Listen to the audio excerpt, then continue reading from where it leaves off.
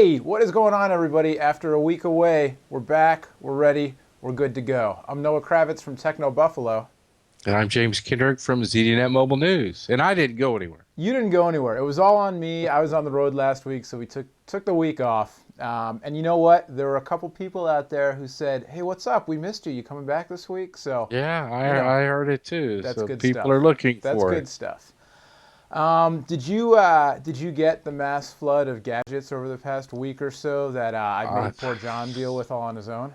I've been flooded. I've had both the UPS and the FedEx guy here repeatedly in Yes. the last week. So lots to talk about. I feel like I'm left out. This is all I have. I haven't even had time to open it up yet today. The Droid Incredible 2.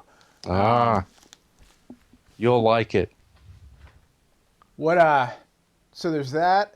There's the It's a very nice phone. It really is. There's what else? There's the Droid Charge. The Playbooks have been out for a little while. The I don't, Droid yeah, Charge. pick one. Tell me about something. What are you hot on? Well, the Droid Charge. I mean, this arrived here yesterday, right in the middle of the big Verizon 4G outage. Right. So this was basically a paperweight yesterday Right. because there was no network it could connect to. And it didn't automatically downgrade. It couldn't pick up 3G, right? Well, that's some testing I've done with four different Verizon 4G devices. I'm finding very few, if any, of them will do that Yeah. properly. And I don't know. Verizon needs to really step up and either own up to what was going on if it was more serious than they said, Right.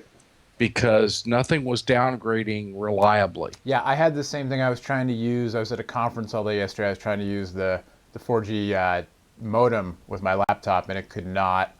It So saw that the was 3G network. USB USB modem. modem, yeah, the Pantech. See, that's the first one that I've heard of that was non-wireless that had that problem. So I'm thinking something about their networks weren't identifying themselves properly. Yeah, In yeah. other words, because I heard a lot of people say, I've got 3G equipment out the wazoo, and some of it said I see it, but I can't get there, That's what I was having. and the It others said saw I it, but can't it couldn't see get it there. either. Right. Yeah. Yeah. But anyway, Anyway, the back to Droid the phone. Yeah. Charge, what made this such a nice phone is because it's the second phone from Verizon for the Let me get up 4G close so I can look at it. for the 4G for the 4G network. But what was more impressive about it to me is because I like the 4.3-inch screen, the big displays in phones, and this is the first one from Samsung, Right.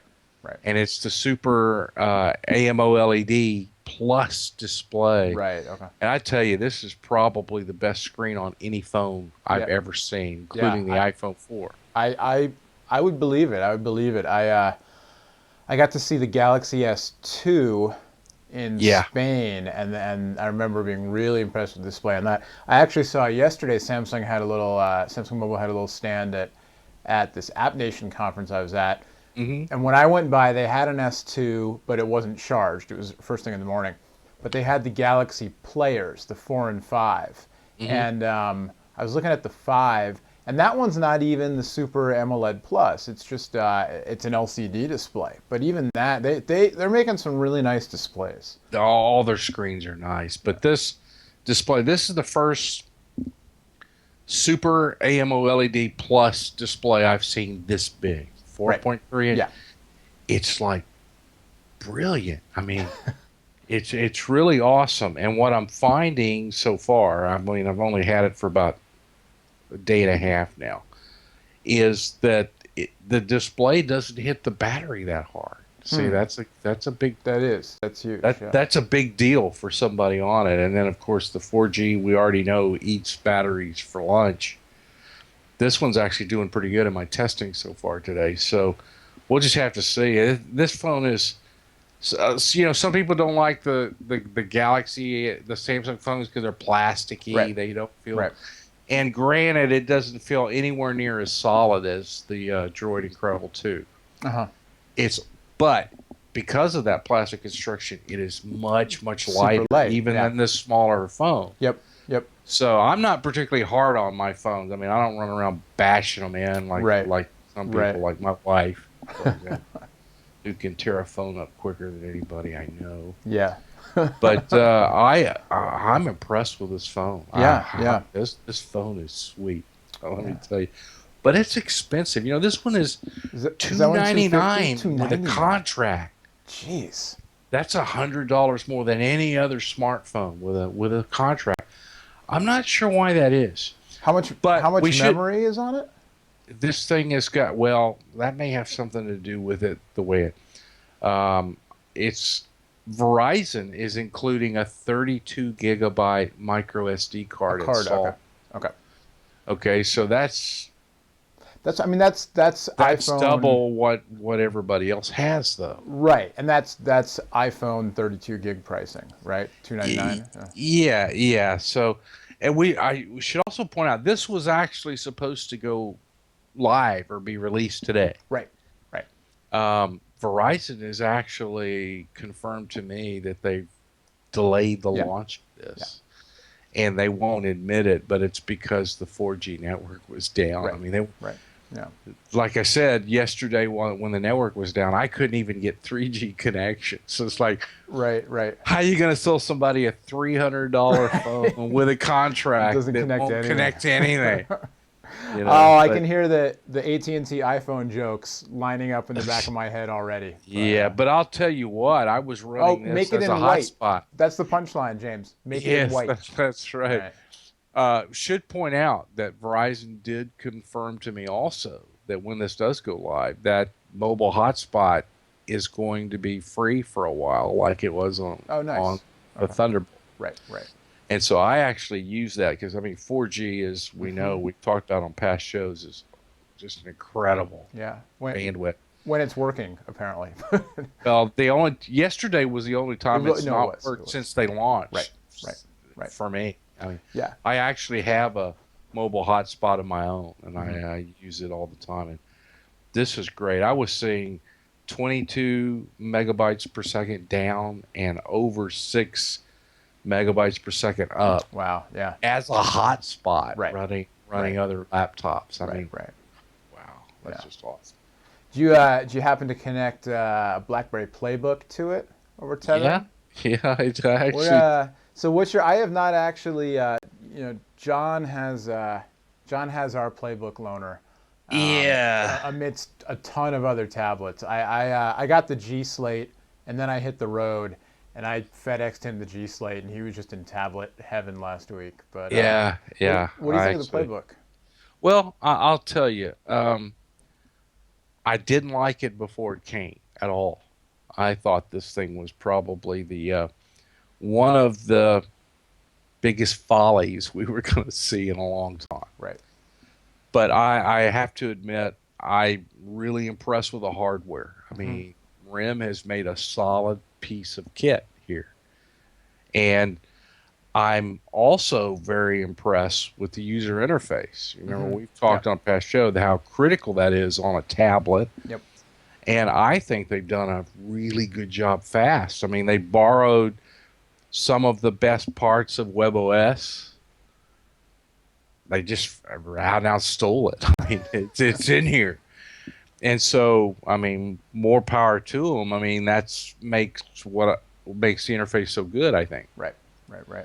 The problem, of course, is no apps. Yeah. So there's a lot of negative reviews, saying it's not finished. And those are all apps pretty much. I'll tell you, I enjoy this and find this to be. This is going to create a big flap. I find this to be a much better tablet than the Motorola Zoom. Sure. Honeycomb just didn't float my boat at all. Yeah. And if this had any apps at all, this thing would be killer. I really believe that. Right. So that's a 7-inch screen, right? 7-inch screen, but I like 7-inch tablets. I use the Galaxy Tab. Yeah, I do too. Updated the Nook color this week to its sort of. I'm still real high on that, but as a consumer product, more than That's a nice tablet, and it just got an update. Yeah. Have you Yep. applied it? I have. Yeah. How's it work with that? It allows me to be just as bad at Angry Birds as I am on any other platform. So, Well, that's that you, just you. no, it works pretty well. It's little peek at James's blog there. I think the webcam couldn't deal with the brightness. This of the browser screen. is awesome. Is it? They nailed the browser. It's probably the best mobile browser I've used. Really? Yeah. Why? Because it handles virtually every site. Okay. Right. Doesn't matter what kind of, what kind of JavaScript it's got or what kind of Flash it's got. This thing, it's just like a desktop browser. Right. Right. And that's one thing that I kind of took. A lot of the reviewers have said, well, with no native email app, you can't do email on it. That's not true. I mean, I do you can desktop do Gmail fine. Right. Oops. So, whoa. Oh, no, it's that the RIM CEO. Oh, man. Oh, man, he's ticked again. But anyway, I'm pretty impressed with the hardware. I just would like to see some better software for the thing. Yeah.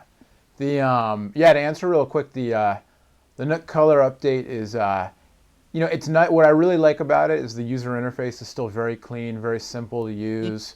The email app is, it's basically it looks a lot like, and it's not the native Android app, but it looks a lot like it, but in, again, a very sort of clean manner, does HTML, email, and whatnot. And the browser, it's fine. And for the audience that, for $250 tablet, for an e-reader that can now do some extra stuff, the browser works well enough. It supports Flash. It'll handle Flash. It's not, playing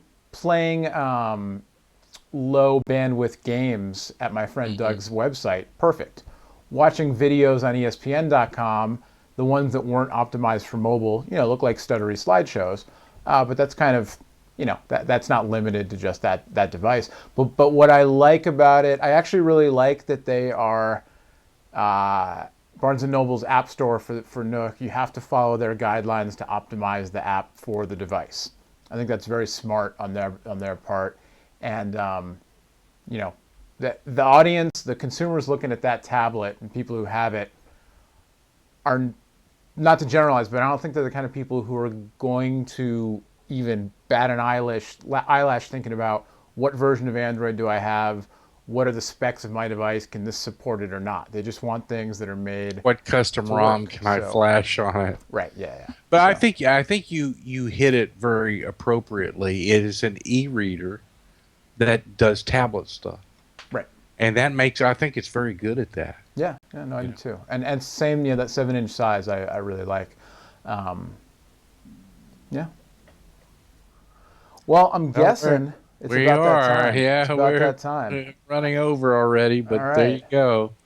We missed a week. We had to make up some ground, I guess. Exactly. So, Droid Charge, big thumbs up. Incredible 2, thumbs up. No 4G on that one, but it's a world phone. No, but that's important to a lot of people because they're not in 4G areas. Right, so right. I would highly recommend this for those guys. And Playbook, sounds like Playbook, it's a qualified thumbs up. I would buy one now, but I'm going to really seriously watch them down the road. Gotcha. All right. Well, next week, who knows what goodies the FedEx and UPS folks will bring us to talk about, but we'll hopefully nothing. I need to catch up. I'm so buried. Well, when you do catch up, where can people find you catching up? What's the URL?